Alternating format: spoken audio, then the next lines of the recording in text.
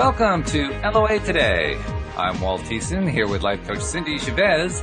Today is Wednesday, June the 24th, 2020. It's 4 p.m. New York time, and wherever you are in the world, thank you for joining us for another episode of LOA Today, your daily dose of happy. And I was just telling Cindy how happy I was to be interviewing an Abraham equivalent yesterday, and we're going to get them back on Friday. We haven't completely nailed that down, but it looks like David Strickle is going to come back on Friday, and we can continue that conversation.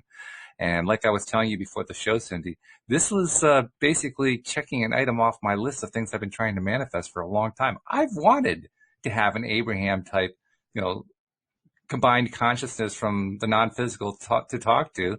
And I got my chance yesterday. And you know what the funniest part was?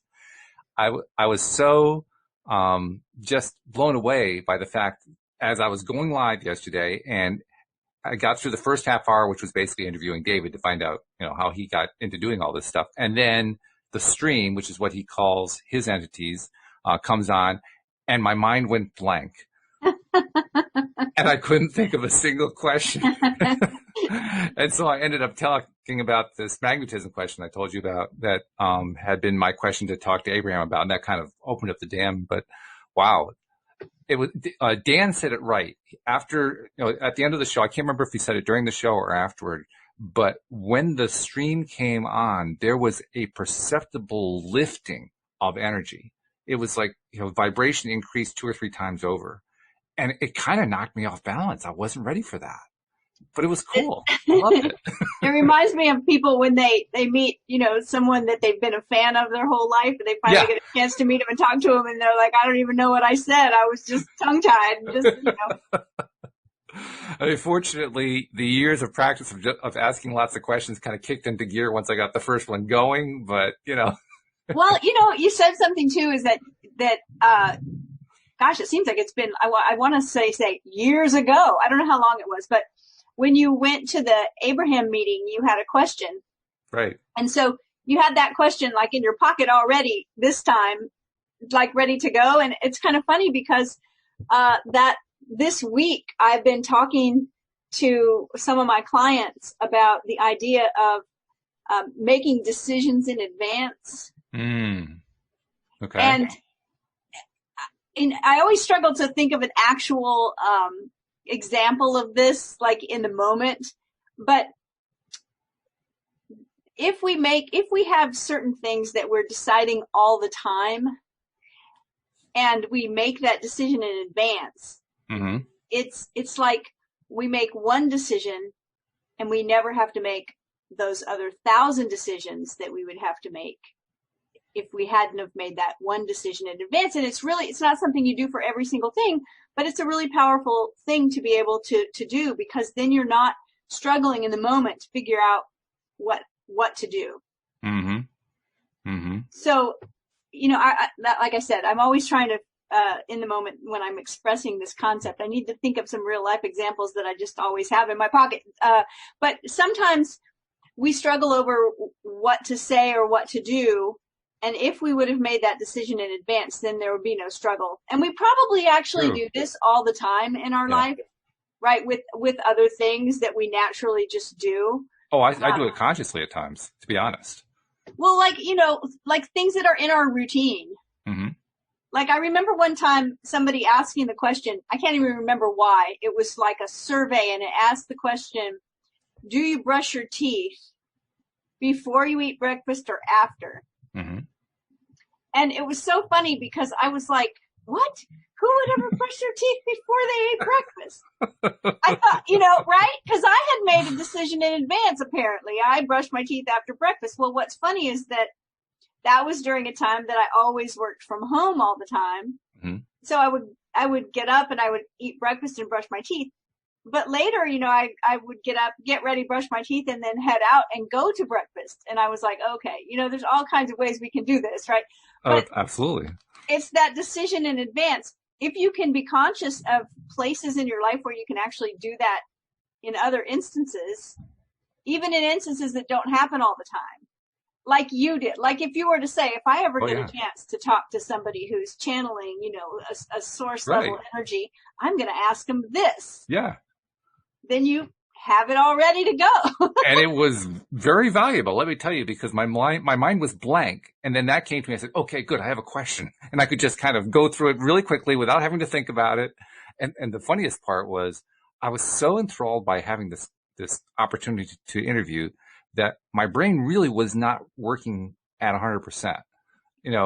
Like you said, it was kind of like, you run into the star and you actually talk to the star and you can't think of what to say. It was that kind of an experience, to the point where I heard the answer. I could comprehend most of it, but most of it made no sense to me at all. And it's because my brain couldn't process it. Yeah. And then I went back to listen to it and I found it was a really hard answer anyway. That was my next question. I was like, did you go back and listen to it and see if it there was almost no chance I was going to get it the first time anyway. The odds were against me. So, but it all works out. It all works out. That's one of the nice things about having a recording, right? You can go back and keep replaying it until you finally say, oh, now I get what they're saying. Yeah. And in fact, David actually followed up with me via text message afterward, telling me that my question had led to him having more conversation with the stream about it. And he says it's going to be part of his next book, the topic that came out of it, which is pretty cool. It's like, that's a good result. Cool. I like that. So, it all works out in the end. So how do you feel that the answer to that question impacts you on a practical level? I don't think I can give you an answer to that yet, because I still haven't I haven't grokked it, to use an old Robert Heinlein phrase. I haven't totally grasped it. I mean, what he's talking about has to do with whether or not the thing that you're trying to attract is actually a new creation. And that if it isn't, then there's a lower vibrational element to it. And I'm still working through that in my mind to really understand what the heck he's talking about. But at least I have some idea where he's going with it. So I'm sure I'll get there. I just have to get there. Then I can talk about it. The way I always think about these things is, if when we're ready to get it, we just get it. Mm-hmm. And that's true. On any of these things that we study, any source material, books, podcasts, whatever, there's always something that you get right away that you can walk away with and say, oh, I needed that, or that was enlightening, or I've never thought about that before. And when you go back and listen, sometimes there's other things you never even heard. We talked about this a lot. We did certain books more than once, and it was like the second time, wow, I don't remember this. I don't remember that.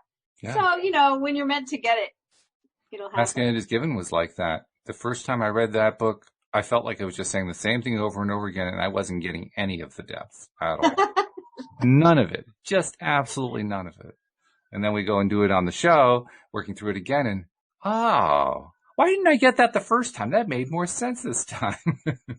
I'm reading some stuff right now that's so difficult to absorb, just psychology stuff. And it's like, I have to keep reminding myself of that. Just, it's not that I want to just go over the surface and not understand anything, but I keep telling myself, just stay with it and kind of push through, and you'll get the stuff that you can get right now. And next time you go back through, you'll get other things. And it's okay to do it that way, right? Well, it's good. I mean, fortunately, it's good to go through it a few times, because you do get more. You kind of unearth more layers each time you go through. I think about when we did all the Neville books on the show, that sometimes we would joke about reading one page for the hour, and we would just pick it apart and tear it apart and talk about it and hash it over and figure out examples in our own life where we've understood something like whatever Neville was saying. And I think that did me so much good in order to really, really get it in my bones, so to speak, because there was such an in-depth conversation around every little bit all the time, instead of just zooming through. I remember there's a book, it's called Mastery of Love. I'm trying to think of the author. I'm looking at my bookshelf to see if it's up there. It's the same person that wrote the 4 Agreements. Oh. Is it Don Miguel Ruiz? Yeah, I think that may be it. And it's a little tiny book. And I thought, oh, I'll take this with me to the beach. And in my mind, I thought I would just read it in an afternoon, hour and a half, be done with it. Little tiny book. And I would read 2 pages and I would close the book, get out of my beach chair, walk down the beach thinking about it, walk back down. I probably read like 3 pages in like 5 hours because it was so much to kind of contemplate, right? So I know exactly what you mean. I do remember the same thing as you do about the Neville books, and that has really served me well, because every once in a while I like to dip my toe into the contrast of social media, and there's lots of interesting stuff that people write about there, including Neville stuff. And every once in a while I'll see somebody post something about something that we read in depth, and they'll say something. I'll say, well, you didn't read this carefully. You got to go back and read that. You need a decoder ring. Yeah. That's right. Where's your decoder ring? Well, yeah, I understand that too. I realized this week that every time I read anything on social media, it seems like 9 times out of 10, I say out loud, "Oh my God."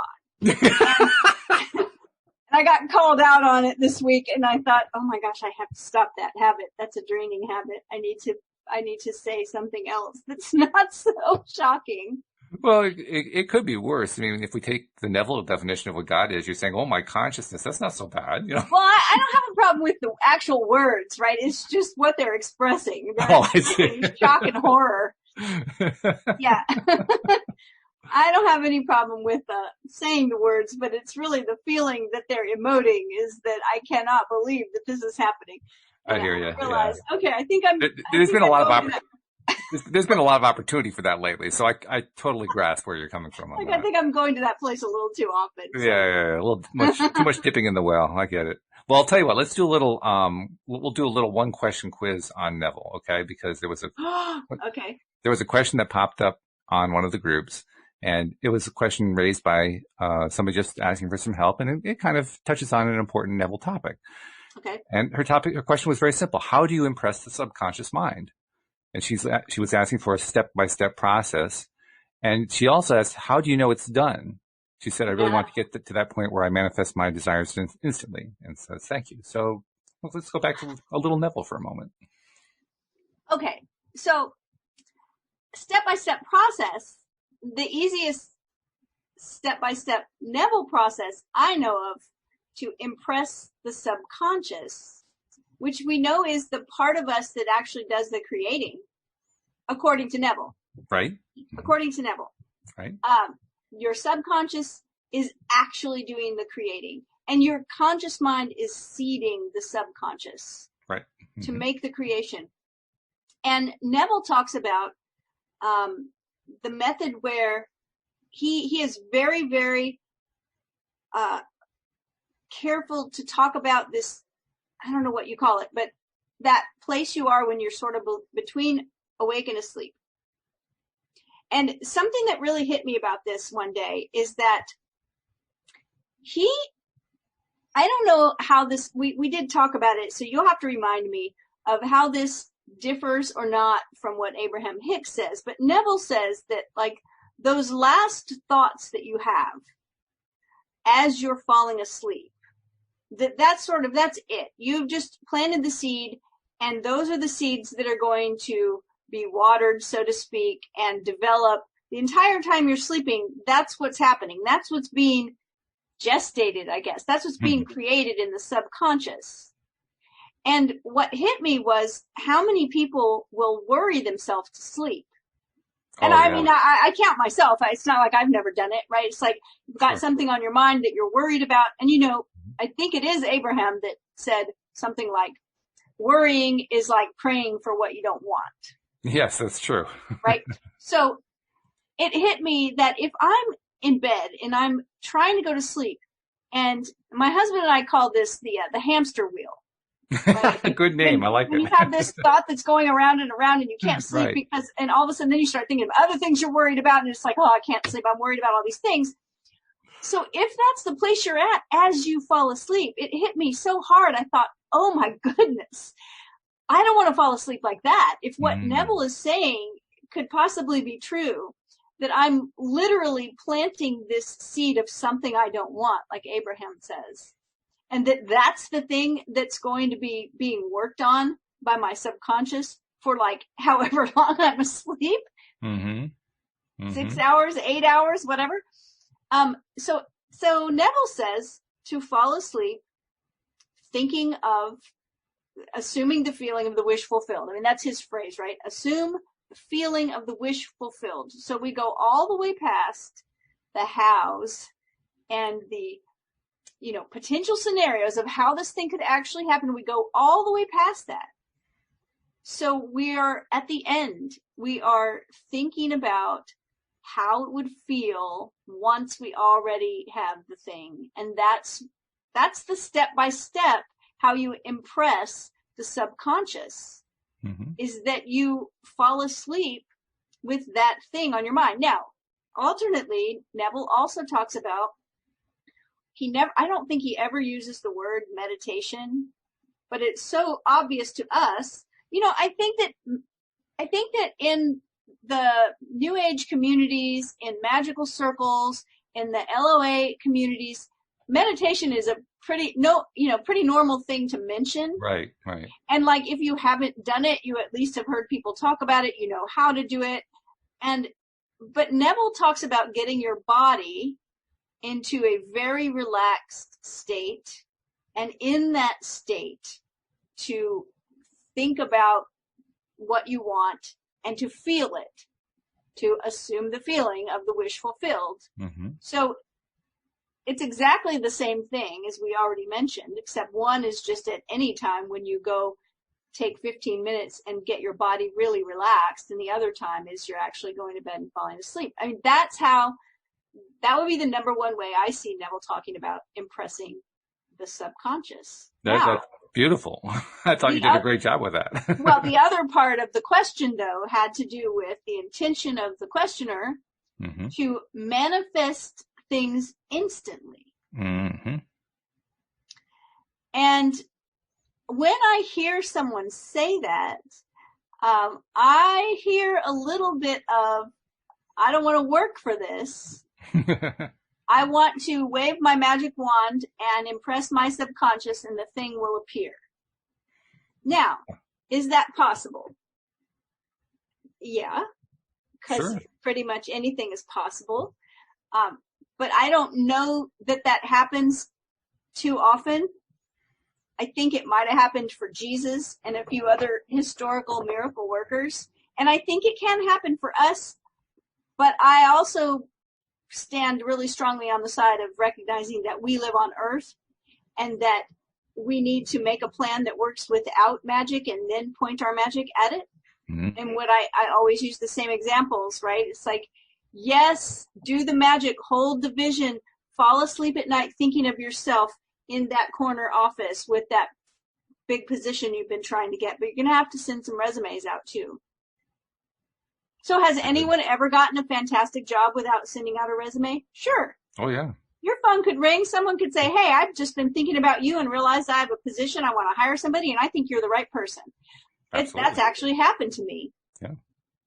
But I never depend on that. I always want to take some action along with impressing my subconscious. And so that whole idea of manifesting something instantly, it sounds fantastic because we all would love to feel what it feels like to snap our fingers and have something manifest instantly, because it's delightful and surprising and magical and all of that.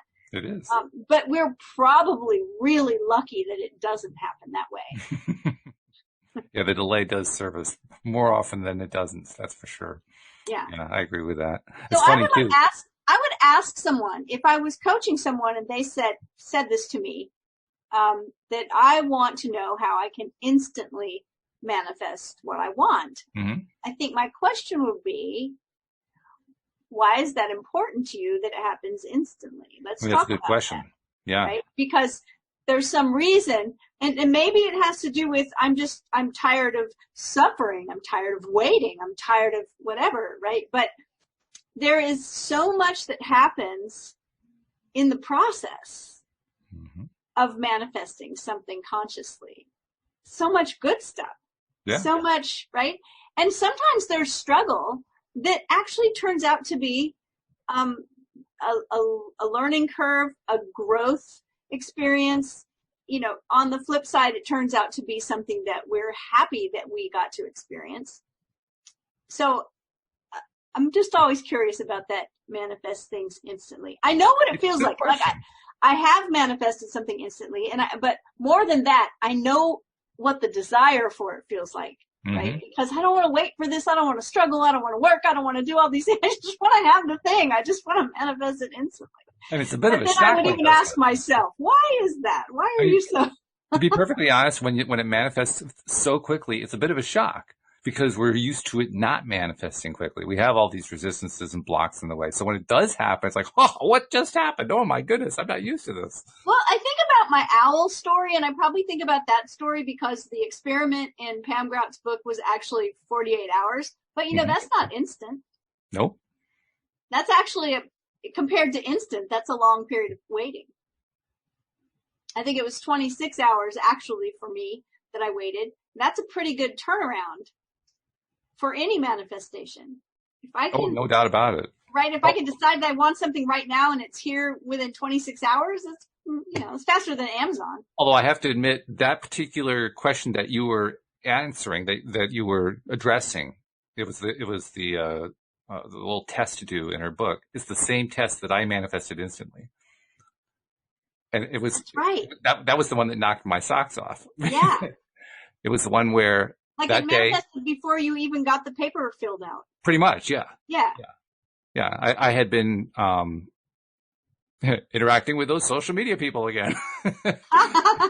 And it was one of those days where everybody was talking about repetitive numbers. Why am I always seeing 111, 333, 555, all that kind of stuff? And I addressed a few of them, and finally I had enough. I said, okay, I'm done with these. It was a day full of them. And I said, I'm out of here. I'm what done. Does it mean? Everyone was asking, what does it mean? What does it mean? So I said, well, you know what I'm going to do? Cindy gave me the Pam Grout book. I haven't opened it yet. I'm going to go open that. I'm going to go read that. And so I went into the bedroom and opened it up, started reading, got to that first exercise. And the exercise says, okay, you're going to track something. You don't have to know. You're not going to know what it is. You're just going to know that it's coming and all that kind of thing. I said, okay, that sounds cool. So I start filling it all in, and it says, okay, now write down the time that you're going to do this. Okay, check the time. It was 5:55. Instant manifestation. It's like, oh God, come on, this is crazy. But it was awesome. Cool. My reaction literally was to burst out laughing. And Louise heard me from the other room. She says, are you okay? What is it? Because I practically fell on the floor with laughter when I read 5:55 on my smartphone as the time that I was writing down for the experiment. Right. For anyone who's not clear on what we're talking about, Pam Grout had a book called E Squared, and it was a book to help people do some experiments to see if they could consciously create something, see if they could attract something, see if they could ask for something and it would show up. And the whole book is put together like little experiments. And she wants you to write down the date and the time and what you asked for. And then you wait to see what happens if you get the thing you asked for. And this particular one was really simple. It's like, ask for a specific thing that you want to see. And I think it was within 48 hours, right? And so, so Walt saw it when he saw it before he got the sheet. So I'm filling out the form. That was crazy. But boy, it did reinforce the fact that you can get stuff instantly. Because I clearly had no resistance at all.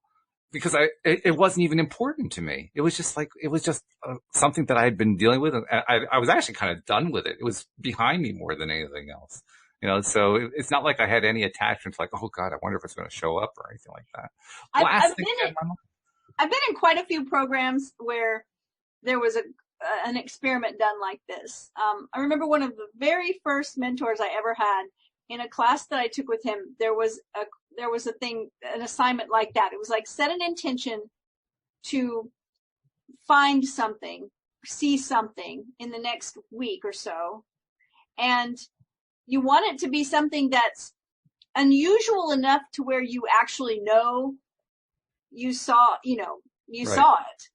But not so crazy, so I want to put, I want to wake up tomorrow morning and there's 500 chickens walking down my street. Like, that's probably not going to, don't ask for something so ridiculous. It's probably not going to happen, but ask for something that seems a little bit out of the ordinary. And I remember someone in the class saying, because they asked for something, and I can't remember what it was, but it showed up right away. Not quite as instant as yours, but like literally in a couple hours they went somewhere and, oh my gosh, there it is, the very thing. And they asked the question, why is it so easy to attract stuff we don't care about? But the stuff we care about is hard to attract. And the answer was really, it's not that you don't care about it, but it's that you're not attached to the outcome. Exactly. Right. And that was kind of like, I asked for an owl, and I really had automatically decided how it would happen, 100 different hows it could be. Mm-hmm. It was, somebody was going to send me a greeting card with an owl, or maybe the postage stamp would have an owl, or somebody, I would come home from the grocery store and realize that some product I bought had a logo that was an owl, or I would see a little kid in the grocery store and he'd have a little owl stuffed animal. I thought, this could just appear. And any of them would have been okay. They would have, all of them would have been perfectly acceptable answers. Right. And so that was the thing. I wasn't attached to an outcome. Yeah. I was like, well, I know I'm going to see an owl because, and part of me just said, well, it's my reticular activation. Sure. I mean, there are owls on products and stuffed owls and T-shirts with owls. I mean, it's all over the place. I just haven't really been looking for it. Now that I'm looking for it, I'll see it. And maybe it'll be cool and come to me like a piece of mail with an owl on it. Yeah. But 26 hours later, a ginormous owl flew up my office window right as I was looking out the window with the wing spread that was probably like 5 feet or more. Wow. I'm looking at my window. My window's 4 feet across. It was bigger than my window. And I never expected that. Yeah. Especially you're in the middle of the city. That would be a really rare event in the middle of the city. Right. And it was the middle of the day. Yep. And the owl, I heard like fluttering on my window, and I turned and looked, and it was just flying up the window. Like it was making sure I saw it. Crazy. And here's the thing though, I wasn't attached to the outcome. No. And that is because attachment causes resistance. Mm-hmm. So that's another thing about instantaneous manifestation, is that most of us don't believe we can. Right. Because everything else in life, everything in our life, we usually there's time involved. We live in a universe that we experience time as linear. Exactly. Even though it's not, but right. It's like, I go to a restaurant, I order something, I have to wait for it to come to me. And then, it takes time to eat it, like normal everyday stuff like that, like eating food and going somewhere. It takes time. So to think instantaneous, that brings us back to the idea of like watching a stage magician, right? Mm-hmm. Clap his hands and there's a bird, right. or snaps his fingers, pulls a rabbit out of a hat. Everything happens fast, and it happens right then, and there's no waiting on it, and unless he's just building some kind of tension with the audience. And so, but in our logical mind, we think that things take time. That's right. Here's the idea. If time is not linear and everything is happening at once, then we are creating everything instantaneously. That is very cool. I like that. And it's true. I agree with you. So, questioner, you're already manifesting everything instantly.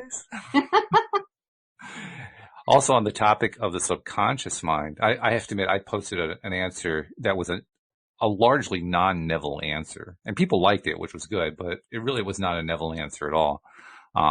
Because I looked at the question in terms of, well, what is the subconscious mind? And the subconscious mind is simply, in Abraham terms, I think I gave him an Abraham answer, actually. In Abraham terms, it's all these old thoughts that we spun up into existence, and we never actually provided a counterspin, so they're just spinning along and growing and getting bigger and bigger over time, and then they come back, and some of them come back to haunt us because they're what we think of as negative experiences or unhappy experiences, and they just keep going like that. Well, basically, they were beliefs that were built up. There were belief and thought systems that were built up. Well, how does that happen? By repeating them. We repeat them over and over again, so they start to build and build and build and build and build and build, and then all of a sudden it seems like we can't get rid of them anymore. Well, and that's momentum as well, right? Yeah. So my answer to her was, you think and feel repeatedly. That's how you do anything with the subconscious mind.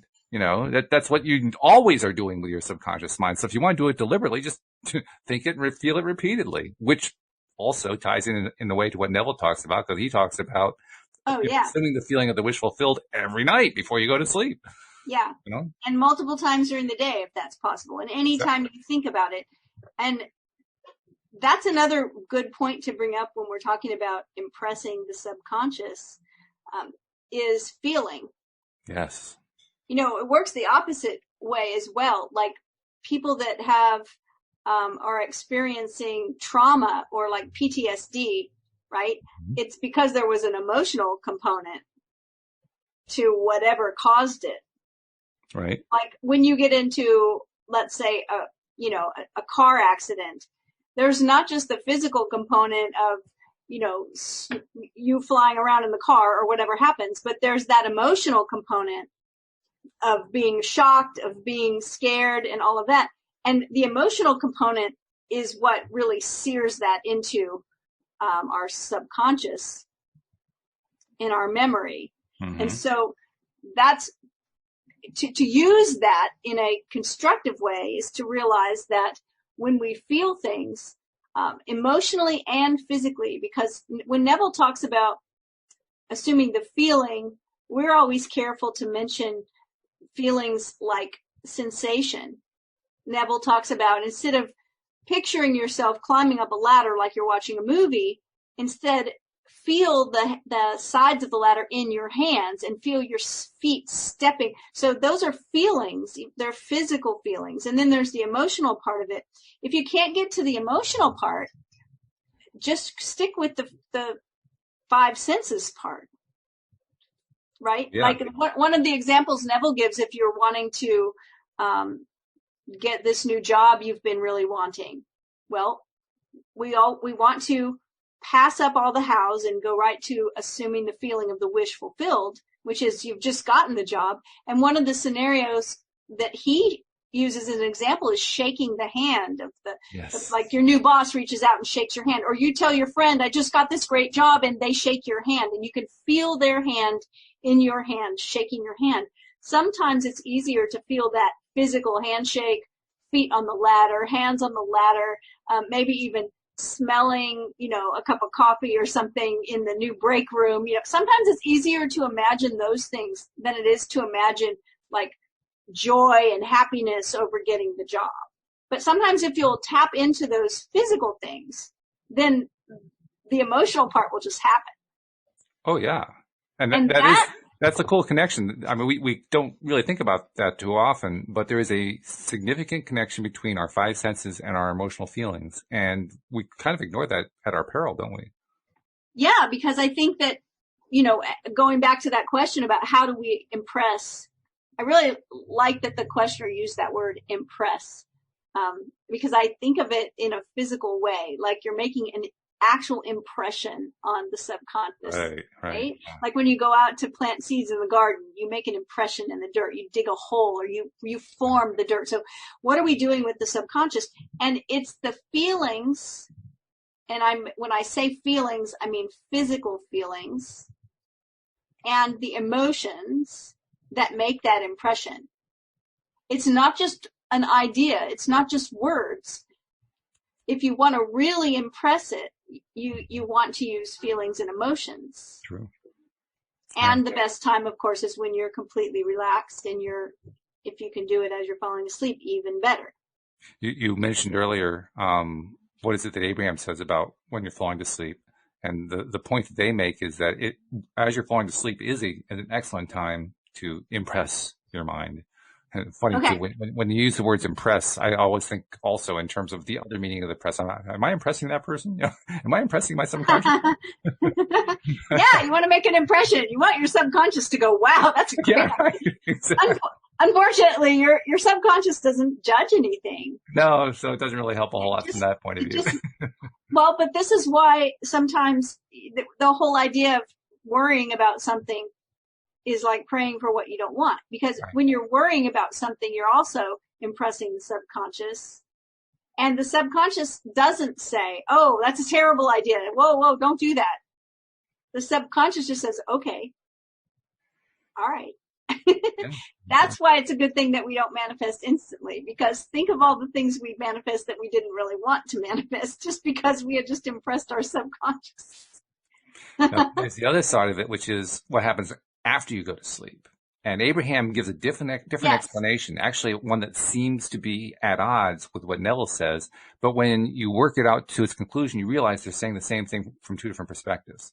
Okay, tell me what they are, because I forget Abraham's view. That's fine, because Neville says, like you were describing, your subconscious mind will work things through while you're asleep. All night, right. That's like the last command that the general gives the army, right? They're just going to keep doing it until that command changes. So the last impression that you make is what's happening. That's what Neville says. So what does Abraham say? And Neville's in good company. A lot of teachers say that. A lot of writers, a lot of guru types. Linda Armstrong, who does the Friday show, she calls it night school. I think it's a great description. She likes to go to night school.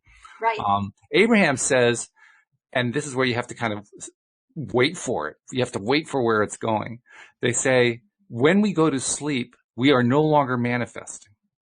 Okay. The manifestation process actually turns off. And what's happening is you are essentially rejuvenating. You're rebuilding the energy. You're connecting on a deeper level to source energy. Source energy is rejuvenating you. And that enables you, when you wake up, to be in your most receptive state. So the way they would explain the particular thing that Neville's talking about is, it isn't so much that you work it out in your sleep. Instead, what you do is you work out the blocks that are in the way, so that you wake up, you have that, quote, instant manifestation. Oh. It isn't really instant, because you had this whole 6, 7, 8 hour time period, or whatever it is, of clearing out the junk. 2 hours for me. Well, okay. You've also had the other, fortunately, but it's a clearing process. It's a process of clearing out blocks. And when you clear out the blocks, it's almost as good as actually doing, the focus on, and here's what I'm drawing in thing, because you're clearing blocks out of the way. You're clearing resistance out. Well, I was just going to say, because there's no resistance. Yeah. Your resistance is leaving. Exactly. Right. So it reminds me of, in alchemy, the idea of solve et coagula. Solve, it's dissolving. You are dissolving something, and then you are coagulating energy. You are bringing it back into the form that you want it. So, but the first step has to be releasing whatever's in the way. And so it's sort of like that. If what Abraham says is the case, then even though you've made an impression, your body being able to relax and your body being able to be rejuvenated energetically means that the resistance is lessening. Exactly. And that's why when we wake up, actually, Abraham argues the idea that when we wake up, that's when our best opportunity is to manifest, because we have the least amount of resistance at that particular point in time. Well, there's an idea that I think I might have first learned it when I was reading the Abraham books, especially the very first book years ago. And that was the idea that when you wake up, you can set your intention for the day before you even open your eyes. You can, and that's something that I've done forever. It seems like, is when I wake up, make a statement to myself in my mind about what I want the day to be like. In fact, I found that particular practice is not only a good option, I found that it's actually essential. Because if you don't do it deliberately, your subconscious mind will do it for you, and you may not like the path that it sets for you. That reminds me of something that before I knew all of this, I didn't teach it as a metaphysical kind of thing, but when I used to have people working for me, one of the things that I used to say is that if you don't plan your time, schedule your time, manage your time, someone else will. And it really is true, especially for people that, have a flexible schedule. And I recognized it as a young mother that, there's always somebody that was saying, oh, could you do this? Could you do that? How about this? Do you have anything going on at this time? Could you do that? And I realized I started scheduling in, and I have a habit of scheduling in all kinds of things into my calendar, right? Like I'll schedule in time to read. I'll schedule in time to, to do whatever, because otherwise someone else will schedule something there, which sometimes is fine, but you don't want it to be the case all the time. So you don't want your subconscious to just be deciding. So yeah, that's a good idea.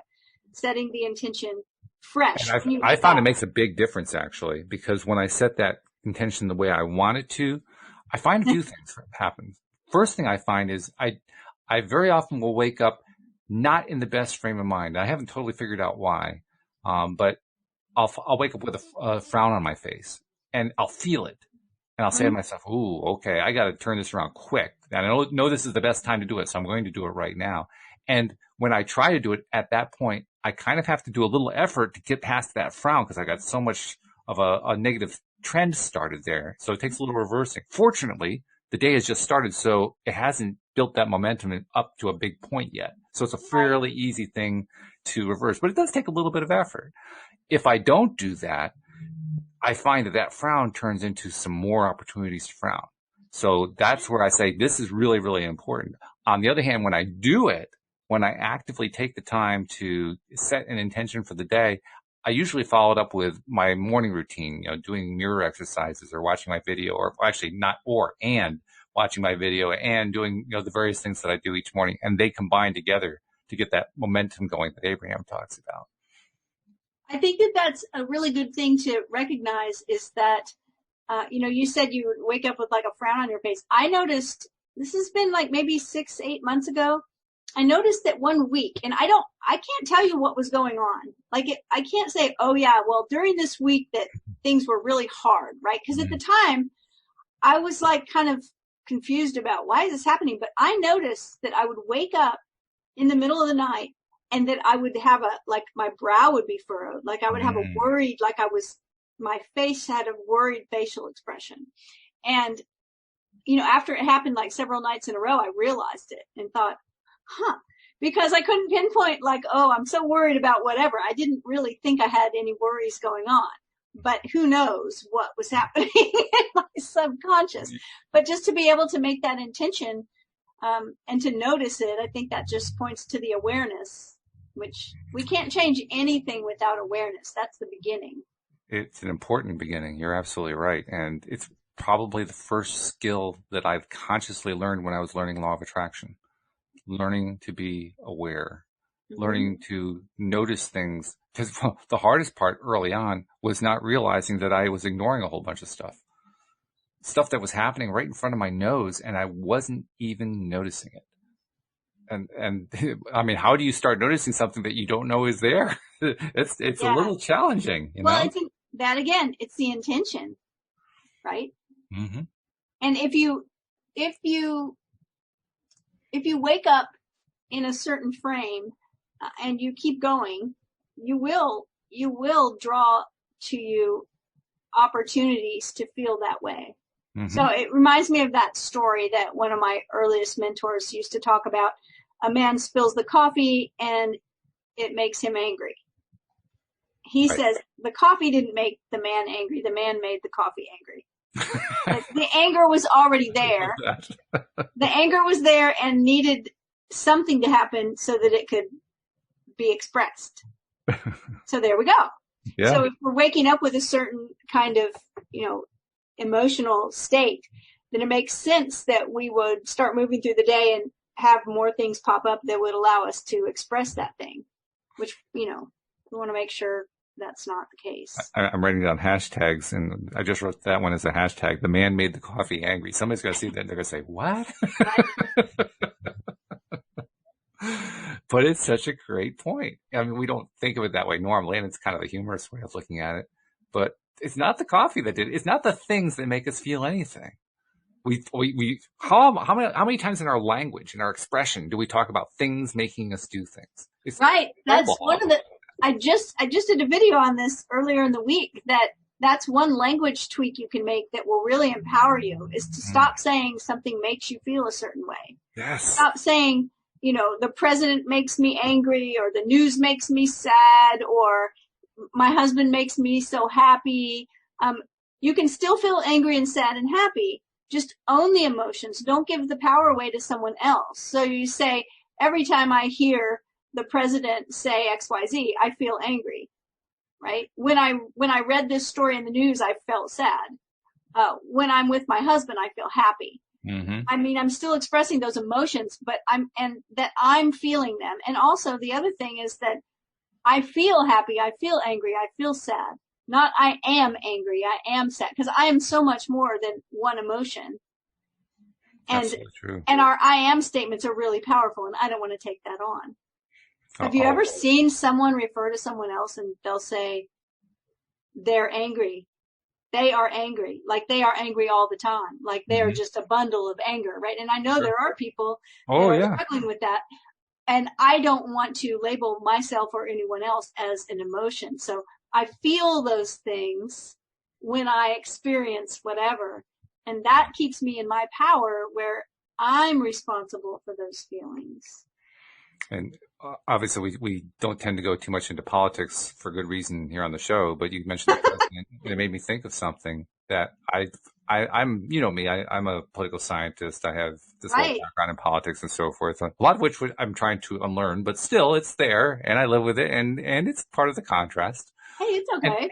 And I've noticed a lot of times that particularly people who have activist mentalities, and I see this especially on the right wing, there is a strong tendency whenever something uncomfortable comes up to point to the other wing and say it's their fault. And it doesn't matter what it is. It doesn't matter whether there's even an issue involved. There might be no issue at all involved. Yeah. It's just, it may be something as simple as, you know, the old analogy, you point your finger at somebody who has three fingers pointing back at you. And so somebody has pointed out that they got three fingers pointing back at them. And the first response is, yeah, but what about what they're doing? What about what they're saying? What about this horrible thing that they're all about? It's like this instant reaction. Like, I've got to blame the other guy. It's their fault that I'm feeling this way. Whataboutism is an actual strategy. So, you know, it's out there. It has a name. But also, I think part of that, what you're talking about, my husband and I were talking this morning, and I think he said, well, that's our profound thought every day lately, over and over, applied in so many different ways. And it just goes back to fundamentalism. And we see fundamentalism in spiritual circles. We see it in religious circles. We see it in politics. And fundamentalism always divides because it always says, you're wrong and I'm right. Right. And it's not open to any other perspectives. It's not open to learning something new. And here's why I think that's important for us in our show and in teaching what we teach and talking about what we talk about. Because in order for you to be a really powerful creator, you have to be willing to learn new things and to unlearn some old things. And in order to do that, you have to have some kind of flexibility, right? And when we talk about flexibility, we can also move into talking about what's called neuroplasticity. Ah, yes. Right? And so when we have neuroplasticity, our brain is more powerful. Our consciousness is more powerful. We can create things in an easier way and bigger and better things, and maybe in a more instant way. That's right. Right? And so it's really important to be willing to listen to other ideas, to hear other ideas it doesn't mean you're going to agree with everything. No. It just means you're not going to automatically disagree with everything. Like, we've seen some people that are very, very much big fans. I'm just going to use the word fans. Big fans of Abraham Hicks. Big fans of Neville Goddard. Big fans of, certain teachers. And they get to a place where they are straddling that fundamentalist kind of mentality because they do not want to talk about the fact that anything these teachers could say could possibly be wrong, or there could be any other idea. And if it even looks like you're veering over to say, well, I kind of question that, then you're done. Like, you're done. And fundamentalism always has a very strong in-group and a very strong out-group. And in religious fundamentalism and spiritual circles, the way that shows up is that the in-group is always the enlightened group. Of course. And the person painting the in-group is always the one who's saying, this is the in-group over here. That's the out-group over there. Yeah, right. And so it's an interesting phenomenon that right now I think, we are seeing kind of wholesale.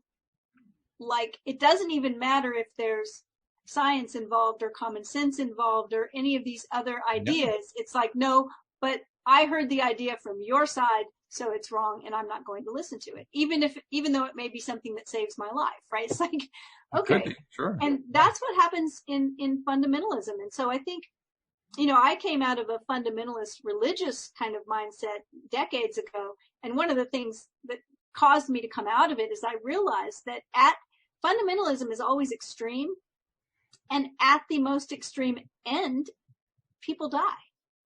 Mm-hmm. And that may in itself sound extreme, but think about the holy wars. People die. Sure. And so it's like, okay, I don't want to be involved in anything. Like the more rigid a belief system is, the less inclined I am to have anything to do with it.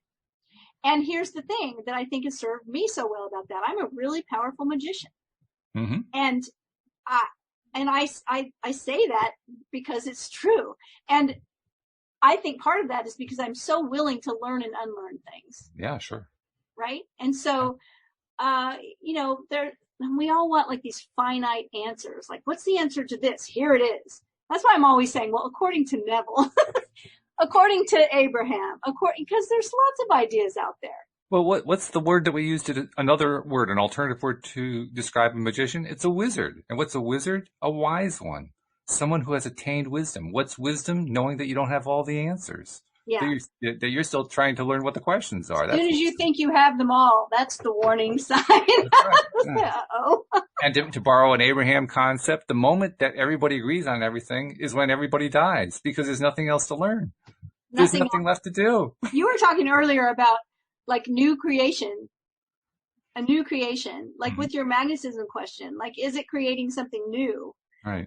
Or is it just repelling because there's no new anything there? Yeah. And, we've talked about how nature in itself, it's the nature of nature to expand. Mm-hmm. We always want more. Now, sometimes we're guilted into thinking that's wrong. Growing up, sure, you might be guilted into thinking it's wrong to want more. But nature wants more. Trees get bigger. Everything grows and expands, and the universe is expanding all the time. And so it makes sense that that's what consciously or subconsciously we're trying to do, is to keep expanding, to keep learning, to keep growing. And as soon as we get in that mindset that we know everything and that we don't want to hear it if it comes from a particular source, then we shut that down. We start shrinking. Interesting you should mention that too, because during the interview yesterday with the stream, I remembered one of my other questions that I was going to ask Abraham, so I asked them that same question. And it was a question we had addressed here on the show. You had addressed it with me, I'd addressed it with other co-hosts, and all of you guys pretty much gave the same answer. Because my question was, what is expanding? I mean, we know that there's this expansion goes on, but what's the substance that's doing the expanding? And all of you guys pretty much came to the conclusion, well, it's our consciousness that's expanding, which is exactly what the stream said. So I got confirmation on that particular question. I love that name, right? It sounds like a superhero or a rock star, a race car driver, or a surfer or something. Did you say Stream? Yeah. Stream, yeah. Yeah. Yeah, it sounds like the hot new rock group or something. Yeah. Oh, I like it. That's great. But it's fun when you get, to me, that's the ultimate kind of synchronicity. People talk about synchronicities a lot, and for good reason. To me, that's the fun one. The fun one is where you get an answer, and then you get the same answer from somebody else, and then you get a confirmation from a third party, and then from a fourth party, and it's like, okay, I get it. You can stop now. But that's it. That's the alignment. Yes. Right? And that's what happens when we can consciously surf the synchronicity. When we start creating the synchronicity, that's when, you're starting to gain some power and momentum. And it only means there's no right or wrong to it. It's just alignment. Right. Yeah. I often tell that story about the writers group I was in, or it wasn't a group of writers, it was just a group, but we were business people. And one of the people in the group was having some really kind of horrifying things and shocking, supernatural kind of things taking place that weren't things anybody would consciously want to experience. Right. And come to find out, she was an author that wrote horror. Oh, yeah. And was spending like 12 hours a day writing. And, the person facilitating the course said, well, what do you think you're going to start creating in your life when you're that deeply immersed in that topic every single day? And I thought, oh, wow. Yeah. Right. But so what she was experiencing were synchronicities. Exactly. And so we can align to anything mm-hmm. and start seeing synchronicities.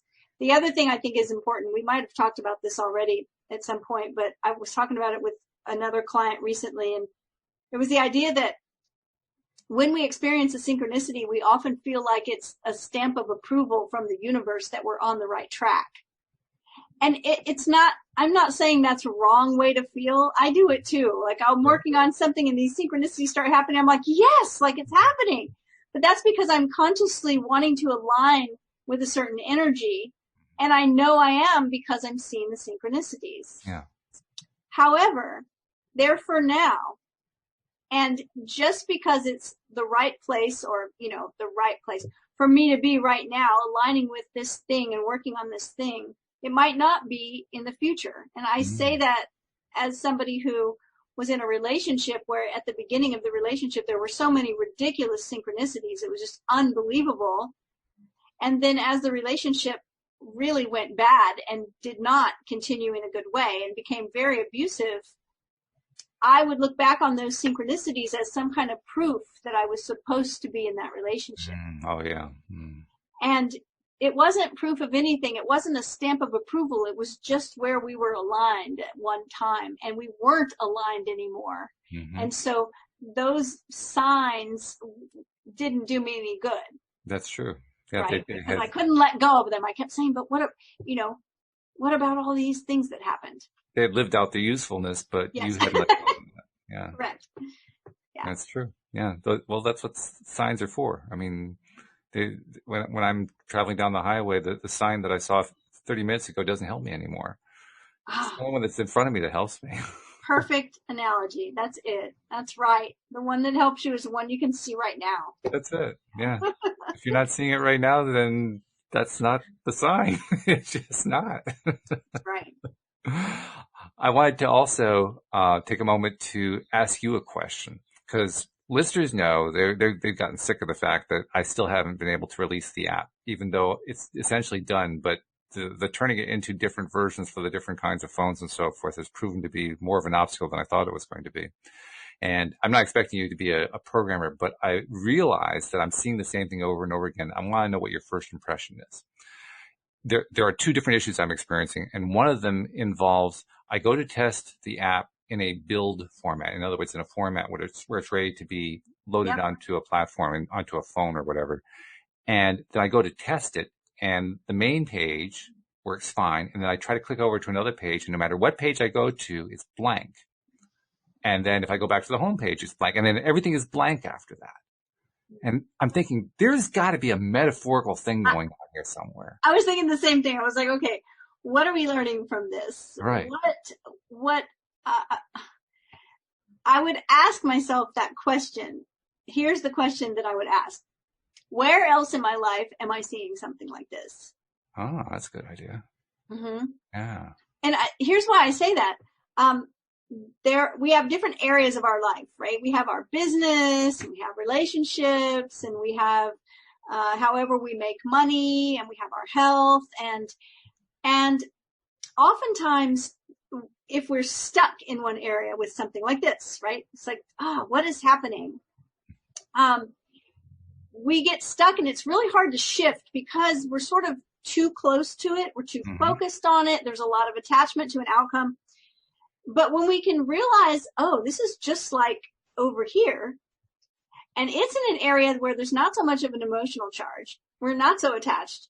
Right. If we shift it there, it shifts in the other place too. Because our life is holographic. Mm.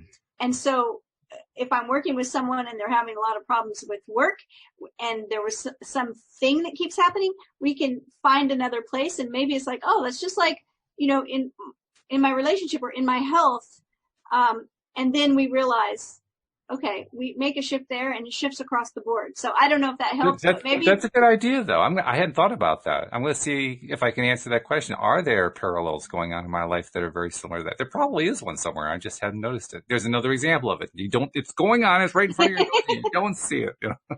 So my tip to you, because this is what I do, it works for me, is to not struggle over it too much. But before you go to bed tonight, give your brain, because your brain always works all night long. Give your brain the assignment. Say, when I wake up in the morning, I want to know what the other area is that this, and see if. That's a good. Well, I've been asking for a solution, and this might be a better way to get there. Just go indirect. Go to so where's the parallel? Yeah. I like that. That's good. Thank you. See, it was great. Awesome. I don't know what the answer is going to be, but I'll share it as soon as I have it. Okay, good. I can't wait to hear it. Me too. I can't wait to get the app published. And I know a bunch of listeners are waiting for it as well as some co-hosts are saying, I'm ready to be a beta tester. Yeah, me too. So thank you very much. Another great show, another great series of topics, considering we didn't really have a topic when we started. We didn't. It's just amazing how we do that. But thank you very much. Thank you especially to our podcast listeners as well. We'll see you all next time here on LOA Today. Goodbye, everybody. Bye, everyone.